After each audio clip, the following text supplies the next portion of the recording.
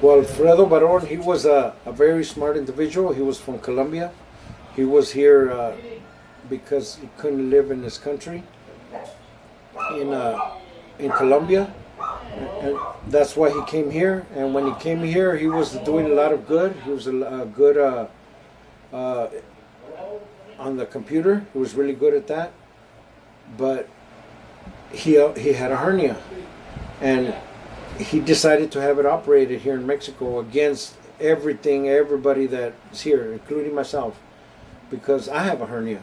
And I was for damn sure I'm not going to let them operate on me here because I already know how they operate here. And he ended up getting operated on the hernia, and they left a breather hole on the side of his body, and they didn't suture up the hernia, the wound that they opened him up to put the mesh in there. So he was leaking fluid from two spots, from under his belly button and from over here on the side. And the family didn't have the money to put him anywhere, so we ended up volunteering to do it at our house because my wife's a nurse. Because they wanted $500 a day for the care he needed, for somebody to be on him all the time. And my wife volunteered to do that for $200 a week. And boy, was that a big mistake, because we spent almost $100 the very next day after he got to our home, because what they bought to, like the pads, the gauze pads that absorb liquid, they didn't work. They were getting so full of liquid, like on an hourly basis, and what they bought was gone the next day. So we ended up having to go buy more out of the money they gave us to do this. And by the end of the week, we already had spent all the $200 that they gave us for the first week. So he was in really bad shape. He wanted to get up. He didn't want to sleep. He wanted to get up. He wanted to move. And he had tubes, and he had to be on oxygen. So they brought an oxygen box, big old box that converts air into oxygen. The box is still at our home.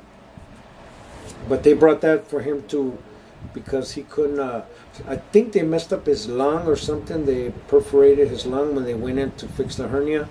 So they had something on his lung, and that's, I think, what was infected and leaking. And they tried to open him up at our house. The doctor went to our house, tried to open him up, tried to see and he couldn't do nothing. So it was really sad to see all that. But yeah, he was a good guy, and I wish he would have made it, because he was a good guy and very smart. We tried anything and everything to get him across. Finally, when the family went to, raise hell with Homeland Security, that's when they end up granting the humanitarian parole. But even like that, he sat in an ambulance for 6 hours in the hot sun trying to get across to the border. And when he finally did get across to the border, he made it to the hospital in La Jolla, but he died right as soon as he got there. He got buried with military honors. Yes, he did.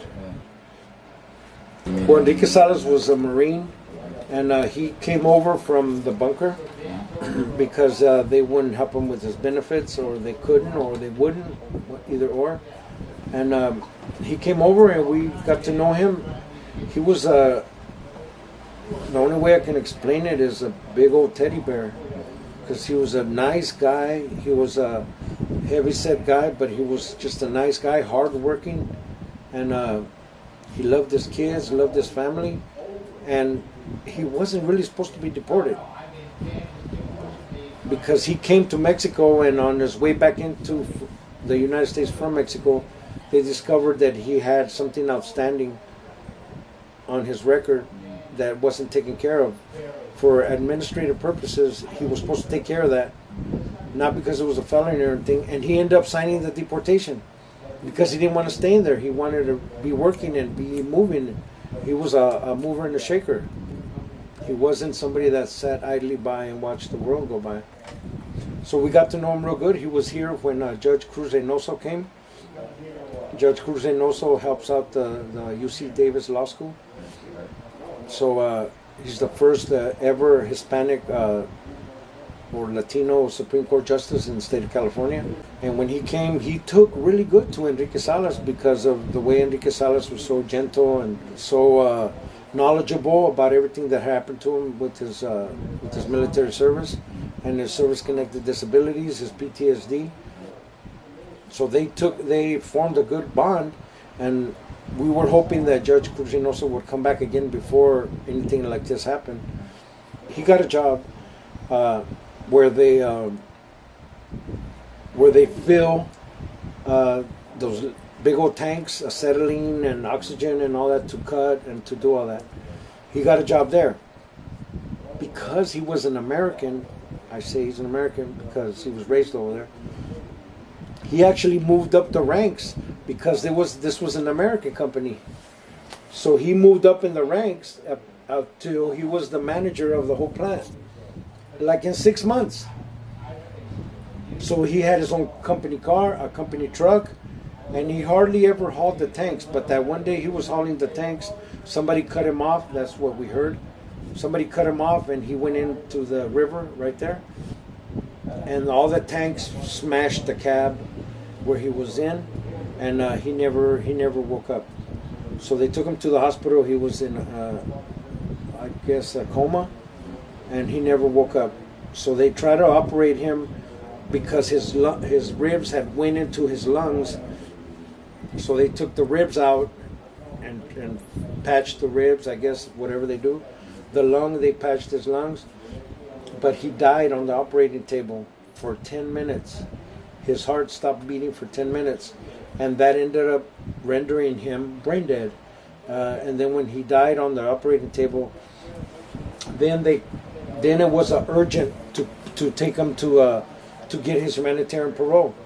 Well, we used the same channels that we did when we were getting Alfred Barone to the U.S., but they didn't work because the other deported veterans' rights organization is in cahoots with the congressmen and the senators that are, in this area, the regional area. So we ended up having to go directly to the port director of ICE. And by now he was a friend of ours because there is a little problem with the American flag after the president came.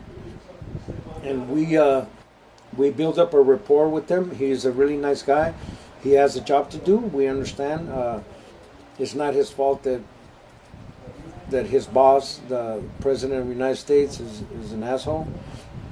So he tried to make us paint the mural that we have in Playas, the upside down American flag, and then he wanted us to write it. That's all he wanted us to do, write it, because it's upside down.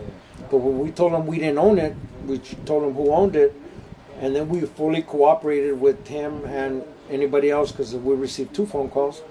Then he straight out told us, any way I can help you guys, just let me know, and I'd be more than willing to do it. So we put his feet to the fire. We contacted him, and he ended up granting the humanitarian parole for Mr. Enrique Salas. But of course, this was after we went to the media, because when the politicians didn't want to do it, we went to the media. We have our media contacts. We told them this veteran served this country in combat, not 1 but 2 tours, one in Iraq, one in Afghanistan, OIF and OEF. So he's got, he's got medals, up the yin yang. So he deserved better treatment than the one he was getting at the hospitals here in Mexico. The hospitals here in Mexico is like 2nd or 3rd class care. That's the only way I can describe it from what I saw. He got across, but the same thing, he was already brain dead. When in the ambulance, he was already brain dead. There was no activity in his brain. So he was technically already dead. And still, they let him sit in the ambulance for 5 hours outside, between the borders. And by the time the other ambulance got here to get him, they got him to the hospital. They hooked him up and everything. And needless to say, he died pretty much soon after. He received a full military burial in Reedley, California, and with full military honors. Well, the thing is, if I died today, I can go back. But since I'm alive and deported, I can't go back to the U.S. That doesn't make any sense. as a veteran of the United States Armed Forces, I should be in the country that I served and defended. Not because I'm deported, I can't go to the United States. But if I died, they'll let me in like nothing, as long as I have my death certificate and my fingerprint that it's me. So that doesn't make any sense. That's what we would like corrected. My name is Hector López. I was deported December 20th, 2006. And when I got here, it was like being on the moon.